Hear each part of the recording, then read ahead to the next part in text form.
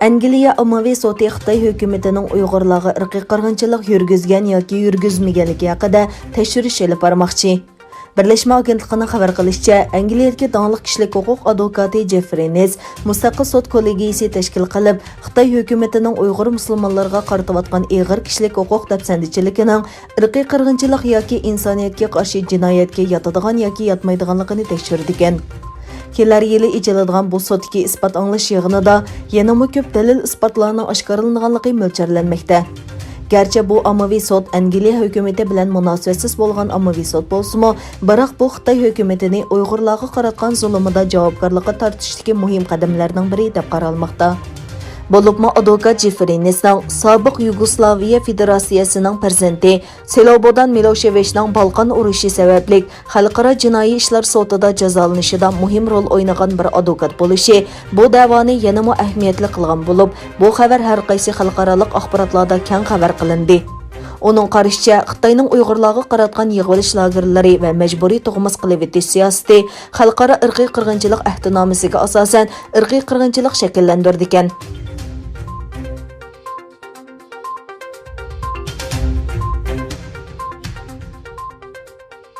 Angliya İşçilar Partiyasining parlament a'zosi, parlamentdagi Uyg'ur masalasi bo'yicha partiyalar guruhining boshlig'i Yasmin Qurashi, Baylen vaqt gazeti muxbirining o'zining xizmatdoshlari bilan Sharqi Turkistonga sayohat berish talabining Xitoy hukumati tomonidan rad qilinganligini aytdi. U agar haqiqatan yoshirg'idek narsa bo'lmasa, Xitoyning Birlashgan Davlatlar Tashkilotining tez va cheklamasiz ziyorat talabiga yo'l qo'ymasligida hech qanday sabab yo'q dedi. İşçilar Partiyasining parlament a'zosi Qurashi Xitoyning 2 dunyo urushidan buyongi irqiy va diniy osonliklarga qarshi eng vahshiy zulm qilayotganligini ta'kidlab, agar Xitoyning haqiqatan yo'chirg'idek yer bo'lmasa, Birlashgan Davlatlar Tashkilotining tez va cheklamasiz ziyorat qilishiga yo'l qo'ymasligida hech qanday sabab bo'lmasligi kerak. Xitoyning bu masalada davomli qarshilik ko'rsatishi va hamkorlashishni rad qilishi bizning Uyg'urlar haqidagi qattiq andishalarimizni isbotlaydi. Bu paket aniq. Xitoy 2 dunyo urushidan buyongi irqiy va diniy osonliklarga qaratgan eng cho'ng yig'ilish lagerlarini qurdi dedi.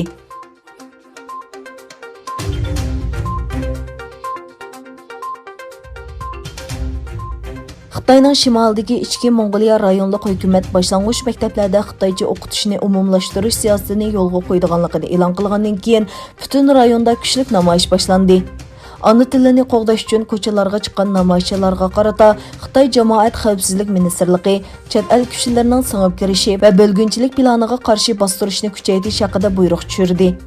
Xorkin rayonlik soqchi taraf namoyishda tortilgan 129 kishining suratini yo'llab, uchur bilan ta'minlanganlarga mukofot beradiganligini e'lon qildi. Rayonlik hukumat oldingi hafta boshlang'ich va o'rta maktablarda burundan Mo'ng'ul tilida o'qitiladigan adabiyot, axloq va tarix darslarining Xitoy tilida o'qitiladiganligini e'lon qilgan edi. Xitoy hukumatining bu yangi siyosati Mo'ng'ul tilining tadrijiy yo'qitilib, uning o'rnini Xitoy tilining ilishiga bo'lgan andishalarni kuchaytirdi.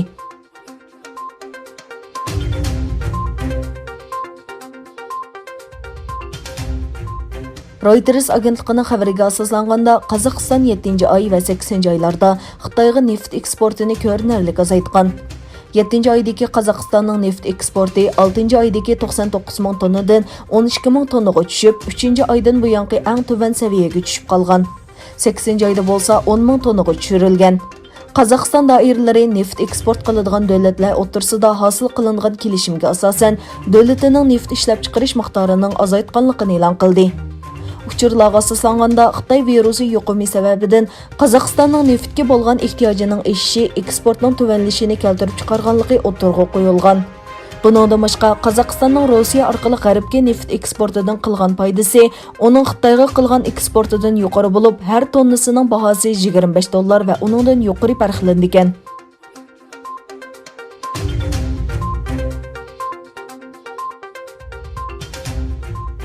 Amerika hukumati Eronning neft setib olib, neft sohasida hamkorlashganlik uchun Xitoy va Arab Birlashma Xalifaligining bir qism shirkatlarga jazo yurgizganligini e'lon qildi. Amerika Tashqi ishlar ministri Mike Pompeo bu vaqtdagi bayonotida Eronga joylashgan Abadan neft ayirish zavodi, Xitoydagi Jihon kemachilik shirkati, Shinda xalqaro ashyo oborti, Xitoy energiyasi va Arab Birlashma Xalifaligi neft ximiya sanoatining embargo tizimligiga qo'shilganligi e'lon qilindi. Bu qarorning sababi tilga ilingan şirketlar Erondan neft yoki neft mahsulotlarini setish va to'shish orqali Amerikaning Eronga yurgizgan embargosiga xiloflik qilgan bo'lib, shirkat bosh ijroiya amaldorlarining ayrim jazo tizimligiga qo'shilganligi ko'rsatildi.